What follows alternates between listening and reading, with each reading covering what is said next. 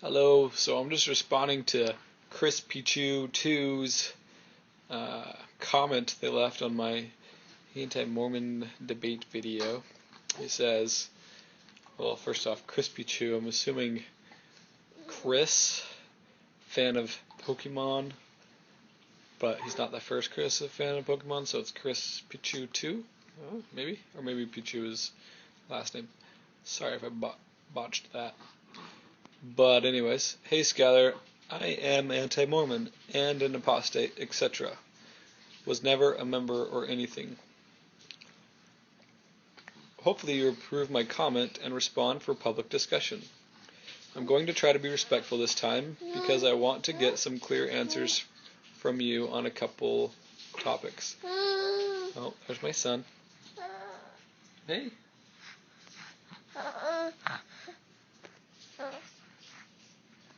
As you can see, he loves mommy. Anyways, when you receive what you call a personal revelation confirming what something is true. Alright, I'm back. Little bun was hungry. Anyways. So, back to Chris Pichu 2's question. When you receive what you call a personal revelation confirming that something is true, what is it that you receive exactly, and what is that like for you? Could God make you believe something was true if it was not true? Cool. Well, thanks, Chris Pichu. Yeah, revelation is a cool experience. I would say recognizing it is probably... Actually, I would say it is the most important thing that you could do in your entire life. And being able to recognize when revelation is coming and when it's from God or when it's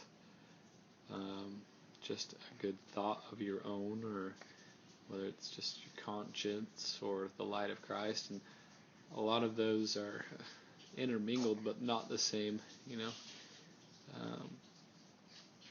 So I can clarify that in a different video if you'd like, but basically receiving an answer from God requires three things.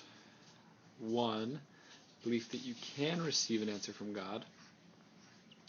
Two, the willingness to act on the answer you receive, the willingness to recognize that you are less than God, that His knowledge is greater than yours, and so you have to realize that your wisdom is not His wisdom. And then the last thing is faith in Jesus Christ. And if you have those three criteria, you are entitled to receiving guidance from the Holy Ghost in all things in life. That revelation can come in many different ways. People have different experiences with God. So hopefully you're familiar with your conscience or gut feeling, intuition. And for me, what I do is when I have a question that I want to ask God, I search it out. I kind of come up with my options and what I think are the best options on my own.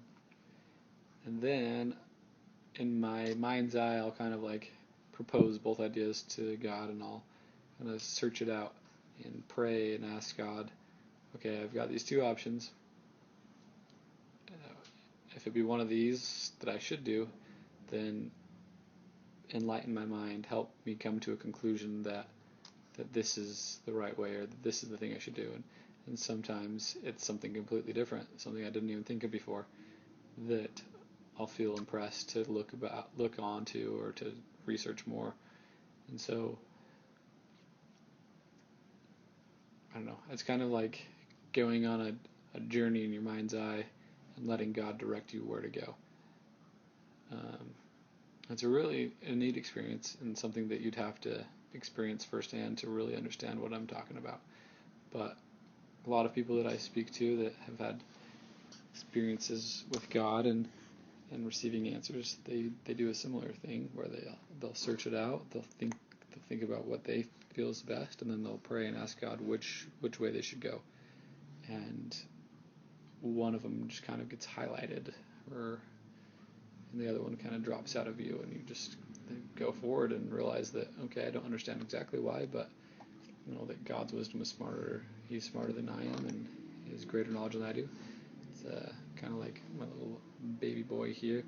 Maybe he wants to play on the table, but I don't think that's a good idea, and so I put him down, and he starts to cry and whine and thinks I'm mean for not letting him play on the table. But with my a little bit more experience and wisdom, I can recognize that playing on the table isn't a good idea. So a lot of times God's the same way. Well, he'll tell us to do things or not to do things, and people might cry or whine. And so he'll allow us to do things even if it's detrimental to us so that we can learn.